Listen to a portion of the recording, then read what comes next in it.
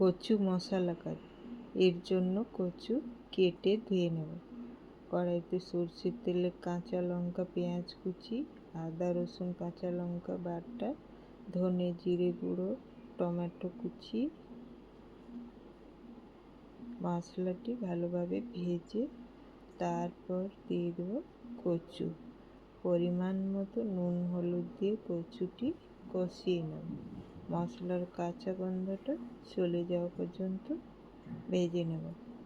এরপর জল দিয়ে নেড়ে চেড়ে ঢাকা দিয়ে কচুটি সিদ্ধ হওয়া পর্যন্ত ঢাকা দিয়ে রান্না করব।